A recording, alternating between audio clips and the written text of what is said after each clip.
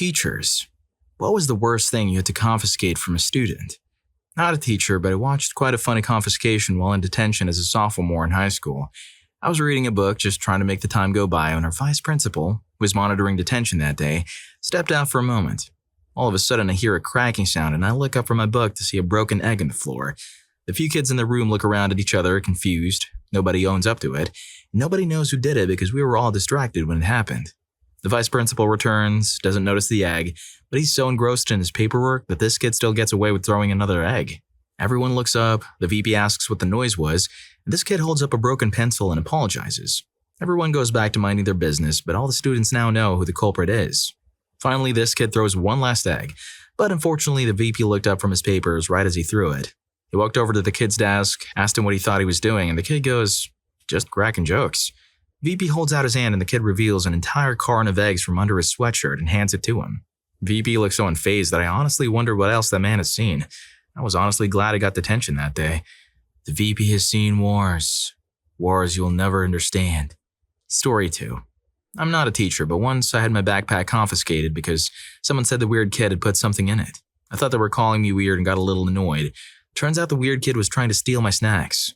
Another time, some kid tried putting a knife in my backpack. I would have gone to jail if the cameras hadn't picked up what was happening, and the fact he did it while surrounded by a hallway full of people.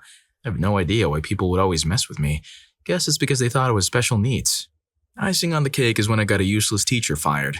He kept telling me to put my phone away. I had a doctor's note that I need to keep it on me in case of a medical emergency. I had diabetes, so a lot of rules got bent. The guy took my phone out of my pocket, then got into my locker and just went through my things without the principal's approval. Took some of my stuff and didn't report it. The Game Boy that I bought off of Amazon, my wallet disappeared, but that was probably another student because he left the door open. A couple of days later, I was in the lunchroom and he comes up to me questioning me like I'm a convict, then grabs my insulin pump out of my hands. While he's looking at it, I'm sitting there wondering what the hell and thinking of ways to mess with this guy. Turns out I didn't have to do anything as he walked off with it still attached to me. I got up to follow as I didn't want it to get ripped out. He turned around and saw my deadpan expression and immediately said I was going to try and hurt him. Apparently he thought I was crazy. Nope, but I did point to my pump in his hands. The jerk put on a smug face and just yanked it. In doing so, he pulled out the cord. It wasn't surgically implanted, but it did hurt. Nurse saw this and went off on him, while some of the students called the cops. Dude got fired right then and there, and I got to chill out at home for a few days. Story 3.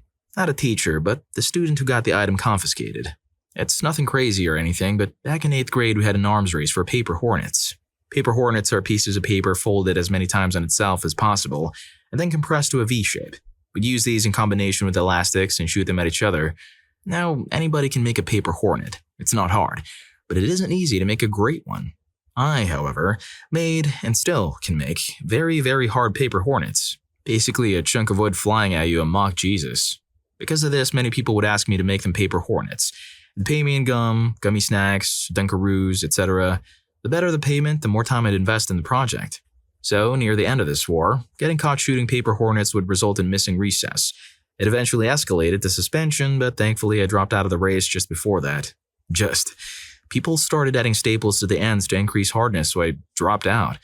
Anyways, my friend, fake name, Max, wanted an order of like 20. Gave me 6 packs of fruit gummies as payment, and I proceeded to get to work. These were the hardest ones I've ever made. They were reinforced with paper clips so they wouldn't lose their shape and everything. Like I said before, he wasn't my only client, so as I was making them on my desk, I caught the teacher's attention. He asked what I was doing, and I said nothing. He came over and I shoved the current hornet I was working on in my desk. He asks again, and I say nothing and raise my hands, to which he grabs the lip of my desk and lifts it, to reveal around 150 different paper hornets. Thick, thin, reinforced, regular, etc. There was no escaping it now. He sent me to the office and confiscated all of them. The arms race was over. Anyone caught with a paper hornet would be suspended, and anyone seen with an elastic band had their desk searched. All because of these little pieces of paper. Not gonna lie, I missed that. Damn, he had a whole hornet ring going on. That teacher was a narc. Story 4. Illegal substances, not just one kind, 4 kinds. This was all at once, from one student who was trying to sell them to me, his teacher. They confiscated it, but I'm not going to say what happened after because it may be hard for some to understand why I did what I did. No, I didn't take it home or keep it or sell it, nor did I alert the school admin. The student was an idiot, but he could have been seriously hurt for losing those substances because he had no money to replace them. In some schools, the rules don't always apply because the neighborhoods are dominated by gangs and teachers have to be very careful not to put students in harm's way, even when those students have broken serious rules. Ultimately, this incident gave me the opportunity to have a real talk with this kid and explain to him how and why his life choices were going to ruin his life. He began to move away from the gang life and graduated a couple years later without any further issues. Story 5. I taught second grade for a minute. We used to do the Shel Silverstein poem, What's in the Sack, for show and tell. The kids would take the sack home, we would recite the poem to them, and at the end, we say, "What's in the sack? What is it?" The kids loved it. This darling little farm boy in my class was giddy all day and kept telling me I will love his surprise. So when he gets up and we finish the poem, he says dramatically, "I brought a lucky rabbit's foot." He pulls up his shirt and tied to his belt loop is a clean tampon. Clearly he has been rubbing it for luck. Before I can react, he says, "And I brought one for everybody." He opens the bag and there are 20 unwrapped tampons ready to hand out so everyone can have their own good luck. We all clapped and then I pulled him aside and asked him if they were his. He lowered his eyes and said no, so I told him he couldn't give them away. I called his mom. She was super young and mortified, but we had a good laugh and I took a picture of his huge grin after his proud moment for her to use as a hilarious story later in his teen years. One of my favorite teaching days ever. Another one, my husband, has had a few knives he has found. Kids act very suspicious and keep checking where they hid them. I think the worst one was the kid with a peanut butter jar. Grade 1 and got a kid with a long report sheet from prep from another school. First week they had a big talk about how one of the students is highly allergic to peanuts and peanut butter. So no eating peanut butter for breakfast because it will be on your breath and make the other students sick. During lineup before school, this kid got a tub of peanut butter and chased this poor girl through the school and smeared it on her. Wife ripped it out of his hands and held him down while the other teacher raced the girl to the office. She went to the hospital and the boy was expelled. And the mom said that it was too harsh because boys will be boys. Story 6. I'm a tech ed teacher, and occasionally I get the kid who's also a tinkerer. Here are the things I had to confiscate from just one kid. Number 1. Homemade stun gun made from an old TV remote. He soldered enough capacitors onto it that it could make an entire arm go numb. Number 2. Homemade 5-watt laser pointer. He combined a flashlight and a diode laser into a device capable of setting paper on fire and leaving permanent burn marks into his desk. Number 3. Miniature steam-powered pencil launcher, think mini potato gun. Pour in some water, heat the back with a 9-volt powered wire coil, open valve, pew. Number 4. Arm-mounted low-profile locking slingshot. Made mostly from wood, Velcro, and surgical tubing. He had it hidden in his jacket sleeve. It launched a 12mm steel bearing with enough force to chip a cinder block wall. Number 5. The least dangerous one. A personal device made from a lipo battery and the vibrating component of a foot massager. There was lots of drama involved by the time he left middle school, and we had to modify our curriculum a bit to prevent him from learning how to use the 3D printers. Funny thing was that he was a great kid with an interest who thought this kind of stuff was cool. Never once wanted to harm anyone. He just wanted to show people what he could make. After 8th grade, I helped him get into a STEM magnet school. Last I heard, he's thriving there, and has learned a little bit about what's appropriate and what isn't to bring to school. I'm both fascinated and horrified. What did you all think this kid would make with a 3D printer? A working Iron Man suit from the looks of it. Liking the video so far? Please don't forget to hit the like button and subscribe to my channel if you haven't already. Story 7. I was on basketball court duty before school one day. A 6th grader came up to me and said an older boy had swiped his backpack that he'd removed and placed near the court. He went to the bathroom. I go to the bathroom, find a nearly empty backpack and take it to the kid. He starts crying because his new phone is missing, along with his lunch. I called the principal, filled him in, and they checked the video feeds. The thief was a frequent flyer in the office, so the principal ID'd him immediately. He goes outside the office, sees the kid eating a sandwich and trying to open an iPhone. For good measure, the boss went and opened the thief's locker. He found a very large Bowie knife and a list of mostly female students and a couple of female teachers that the idiot helpfully labeled victim list. The police were called and he was arrested on a theft and weapons charge. He was expelled, and we heard later was shipped off to Texas to live with his grandparents. One of the office staff went over to McDonald's later and brought the original victim lunch. Story 8. Not necessarily the craziest thing to confiscate, but the effect that confiscating the item had on the student was pretty upsetting. For background, I'm an elementary special education teacher for students with emotional disabilities and intense behaviors. These students have behaviors that range from yelling, throwing things, and leaving the classroom to students who have attempted self-harm and students who have charged at their peers or the school staff. I even had a student go for a cop's firearm one time. The student in question was in 1st grade at the time and fairly low-key compared to some of the other kids I had. The student and I had a good relationship. As I was one of the only male staff in the building, he lacked a reliable male figure in his life, and for the majority of his kindergarten year, I was the primary teacher working with him. One day, my student had asked to use the restroom, and for most of my students, our staff would escort them to and from the restroom, so I went with him. Now, it's been several years, so the details are fuzzy, but somehow it was brought to my attention that there was burnt toilet paper in the boys' restroom.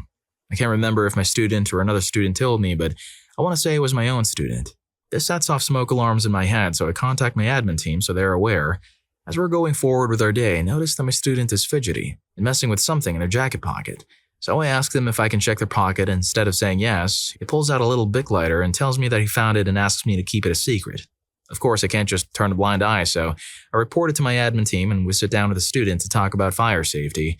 We explained how playing with lighters isn't safe and that he could hurt himself or others if he accidentally started a fire that got out of control. My student feels awful. He's apologizing and feeling remorseful. He admits to us that he had been messing around with lighters at home when his mom was sleeping. We contacted his mother to tell her what had happened and what he had told us, and her response was unfortunate. She was furious with us, told us there was no way that he had brought a lighter and that it must have been planted by a peer, that we coerced a confession out of him and that she was pulling him out of school immediately. Within a year, the family's house burned down, and my former student was included in the fire. Story 9. Middle school, working as a language assistant. Teacher is giving a lesson, and there's these 3 little dudes who must have watched some TikTok or something that taught them how to make some kind of little crossbow out of rubber bands, paper clips, some kind of tube they found, and they were firing little wooden skewers. I'm confiscating these from them all day. Lord knows where they were hiding their supplies, but they kept building them. Finally, I have enough. I confiscated it for the 4th time that day, and I've had enough. I tell them this is the last chance. If they build another, it's straight to the principal and I'm writing notes in their agendas. That's like a relatively serious thing here in France. They demand to know why I don't want them to be making them if they were being quiet while doing. I explain that number 1, not doing their work. Number 2, they could hurt somebody. They say, fine. And I separate them into different parts of the room, making them leave everything but a pencil and paper in a corner, and leave them to help someone else during the activity. Not 5 minutes later, we heard a scream. And somehow they had made or passed another one to the ringleader and he had shot it straight into another kid. The teacher takes him out of class and I'm in charge and put the room on lockdown. Kid is taken to the hospital, no lasting damage, thank goodness. The teacher and principal have their talk with the students, and then the principal says that it's my turn. I see them sitting in her office through the window. I make sure I'm seen through the window and I just sit outside of the office. They sweat it out. I walk in, sit down, wait even longer in silence. What was Mr. Underground's first rule when he became our assistant? I had to as a language assistant. Number 1, don't do anything to bother other students. Number 2, we don't make fun of language errors. Don't bother other students. Do you think it bothers Redacted that you shot them in the ear? Yeah. To be fair, they genuinely felt bad. The punishment after that was making them write apology letters in English, and they took their own initiative with their parents to buy the kid they heard a bunch of Pokemon cards, worth more than gold in that school, and they went over to their house to deliver it. Every kid listened to me when I said to put something away for the rest of the year after that. Story 10. When I was in 5th grade, there was an active market in live bees. Some kids figured out that the weight of the average 5th grader briefly stepping on a bee in the grass would stun it for about a minute without actually ending it. They started going out in teams to scout bees in the field, stun them, and carefully scoop them into plastic sandwich bags. They then sell them to other students who would release them in classrooms to waste class time and scare people. You could get honeybees for 25 cents apiece. Bumblebees and yellow jackets cost more. Teachers and school admins start cracking down on this. Teachers literally confiscated live bees in plastic bags from students when found, and they eventually had to start having someone watch the field to catch students in the act. A lot of people said they had something similar, and where was this? This was the East Bay Area, Northern California. If that sounds like you, it was the elementary school that had the same name as the nearby community swimming pool, and the custodian named Fred who everyone thought was the best. This was spring of '05, though it may have happened other years too. Story 11. Not a teacher, but this is the worst thing I had confiscated. It was 1984 and I was 9 years old. Back then it was common for parents to buy loads of fireworks for November 5th in Britain, Guy Fawkes Night. I got a load of them on around November 1st and emptied them into a cardboard toilet roll that I'd sealed up at one end. Made a fuse from blue touch paper and stuck it in, then used masking tape to seal the top. I was 9 years old. I took it to school and was showing a kid in class during a lesson. A teacher, a guy in his 60s, saw I was distracting people, so called me up and asked what it was. I explained and he confiscated it. At the end of the day, he called me over, told me not to bring things like that into school, and then gave it back to me. And that was the end of the matter. Until I set it off a few days later and it set fire to a hedge. Kids, the 80s really were a different time. quite literally. Story 12. My mom has had stories about what she confiscated from lower elementary age students, K3. The usual prank items like whoopee cushions, sure, but one time a student was playing with this weird box. The box was locked, so she couldn't put it on the confiscated bin. She put it on top of a cabinet. About an hour later, it starts ringing, furiously. It took some doing to get the box open. Turns out this kid's parent was a professional chef. So the kid had grabbed every timer in the house, set them for the max amount of time, locked the box, brought it to school and played with it so it would get confiscated and ring loudly. Whole class erupted with laughter and screaming. A true agent of chaos. Well, if you like these stories, here's more. YouTube thinks you're gonna love this. Catch you in that video.